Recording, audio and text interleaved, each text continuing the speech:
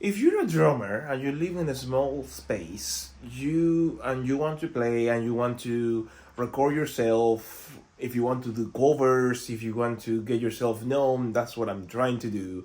But then you live in a very small space. It's very difficult to have a full-on drum kit, and first off, not to be harassed by your neighbor because you're making their life impossible with all the noise. Because let's face it, the instrument that we decided to have of our choice, right, to put out our creativity is very freaking noisy. But second, it doesn't fit. It doesn't fit in most places. So I want to share with you first off the kind of arrangement that I have in regards of the kit that I'm using, and secondly, how do I record myself, because there's not a lot of information regarding how to create your covers, how your workaround. All that I see is very complicated setups that, in all honesty, yeah, perhaps the sound is better than what I do, but I think the time it takes you and all the post production aspect is very deterrent for someone that wants to get into the this journey, into this way of expressing yourself. So without further ado, let's get into it. This is my kit. This is my electric drums. I have a Roland TD07, and this set is within a 1x1. It's a 1 square meter. So if you go to Bunnings, you can buy this carpet. That carpet, you can find it on the flooring area, and that carpet, I have two actually. One looks prettier than the other, but one of them is called a gym rug or a gym carpet. So it's very dampening. It's supposed to be used in gym scenarios in which a lot of weight is being thrown away. And with the two of them, it kills in a sense the vibration of the excessive vibration that stomping on there does. Okay, and I'm going super hard, but you know what I mean. So with that in mind, that's a 1x1 kind of carpet, and my whole kit fits within it. All right.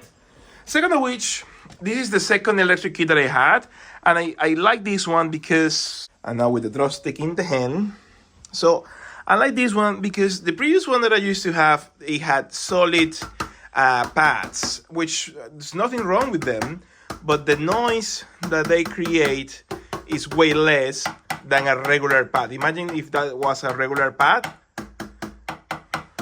it's a bit less noise. And that's important when you have a small space and you have neighbors. So another thing that I have done is I have, you can take that out at any time. This foam, I have put it all around. It's behind the Aussie flag. It's right there behind the desk. It's right here. And the flooring itself helps a lot to dampening the sound, because you like it or not, and even more when you are all excited and you're creating your cover, or you're playing, or you're practicing, and you have your in-ear earphones, you don't know how much sound you're making. You're just going with the music. So I think this kit, the TD07, is a very good one. It's about $1,000 and something dollars, depending on the kind of pads that you have. I bought the bass one apart. This one comes with a little pad that you attach to one of the legs. I'd rather have this one because it allows me to make it more comfortable and more ergonomically friendly, and I can have my double pedal, no problem. So that's the kit that I have, and that's in regards of the space. It solves the space situation. This is within my room. My acoustic kit is just behind the flag. There's a door. There is a like a wardrobe there. So to move this out is quite simple. I just detach the cable for the drum pad, detach the cable for the hi-hat, move all of that out.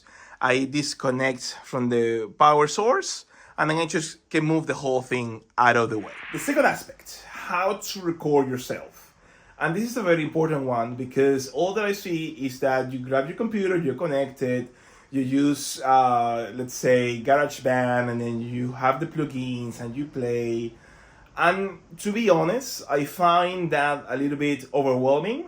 I know how to create videos. I've been creating videos in different channels for the past 10 years. So I know how to do that. I know how to address the camera. I know how to play. And I just wanted to play and then record it. And I said to myself, well, is there a way that I can just do that in one go, in which I don't need to worry about connecting my laptop, then the camera, then syncing it all in, then just, it's like, Jesus, how do I do this? So the workaround that I have is that, yes, this is an extra. That mixer doesn't come with my kit. My kit is everything that you see here. This is also a little bit of an extra to have a bit more space, because if not, the pipe will be straight down and would take space from the drum pad. And this is the computer. That's pretty much the kit on itself. First off, I have channel 1 and 2 being the left and the right, and you can see here that I'm panning all the way to the opposite, all the way to the left, and all the way to the right. And then my phone goes here, that goes there. So instead of me just hearing the computer directly, right, the computer is sending the signal to that first mixer, and that mixer is connecting to the phone from which I'm recording right now, and that creates the mix of what I'm hearing on my earphones that come out from that control cable out of the way, comes here, and there I connect my in-ear monitors. In that way, I have a mix of what is on the phone to what I'm playing. I can control the level of how much, if I'm learning a song, usually what I do is I control the volume of the drum machine by itself. I make it lower so I can have a listen at the song better. Or if I just want to play along, I put the drum kit at a louder volume, and that's how I play it. Now, what I hear, you could say, well, then you just need to divide that channel into two, and then send that signal that is getting to your ears to the recording device I'm gonna use. And what I do is I record directly to camera. But that's a big no-no, because what will happen, the sound will be distorted, because the microphone receptor on the camera is very sensible or very sensitive to the amount of signal that you're sending. So that's why I have a second signal, because if I then put down the volume, I don't hear myself. So I need to be able to hear myself so I can play like this was the real thing.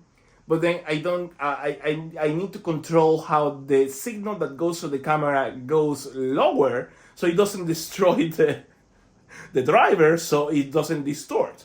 And that's why you see that I have this output there, and that output goes to this other mixer. And this other mixer, the only purpose of it is to, of course, I use it for something else. If I have a live event, that will be like my monitoring thing, and I can talk about that in another video if you're interested. But what it does, it goes into that particular channel, and I know that that's the particular channel because I have the headphone jack next to it. And that headphone jack is what goes to the camera, and I can then control independently the volume that goes to myself, the volume of the source. I can control it as well.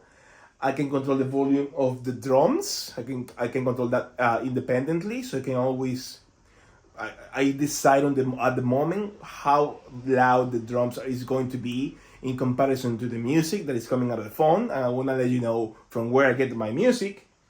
And then that signal that is all pre-mixed goes to that other mixer that just controls the volume into which I'm going to go to the camera, and that's it. In that way, I can record live. I'm pretty much ready to go without having to process, oh my God, a long effort. I just record. I record like 5, 6, 7 songs, depending on how many songs I have practiced, and that's it. Now, how do you get the music? Most people will say, well, you get an app, you get the music, then the app takes the the drums out of the song, and then you play it through the computer, and it's like, oh my god, that's so complicated, so many extra steps. So one day I decided to go to YouTube, and I went to YouTube and I looked for, I don't know, Hombre al Agua drumless, or any song that I want to play. And many songs are already without the drum kit. It's just the song. People have endless libraries from where you can take music from, and then you can create your own cover. And that's pretty much it. What you're hearing when I'm putting a cover, I'm using this drum kit, is in that same method in which everything goes directly to camera. It is very simple. You just control the volume. I tested out a few times. I listened to the camera recording to see how everything is coming out of it.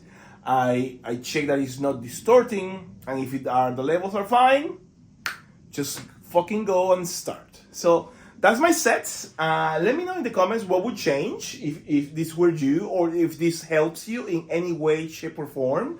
I think the most we share this kind of information, the better, because then we all can go ahead and try to do our best. Maybe to get gigs, perhaps to be seen, perhaps to be discovered if you are very talented. I play because I like it.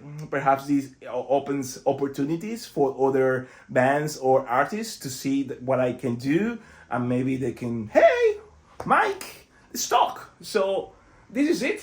This is my set. Hopefully this helps and this gets all the doubts out of the way. And if you want to start on your own journey of creating covers or playing a small place, well, there you have it.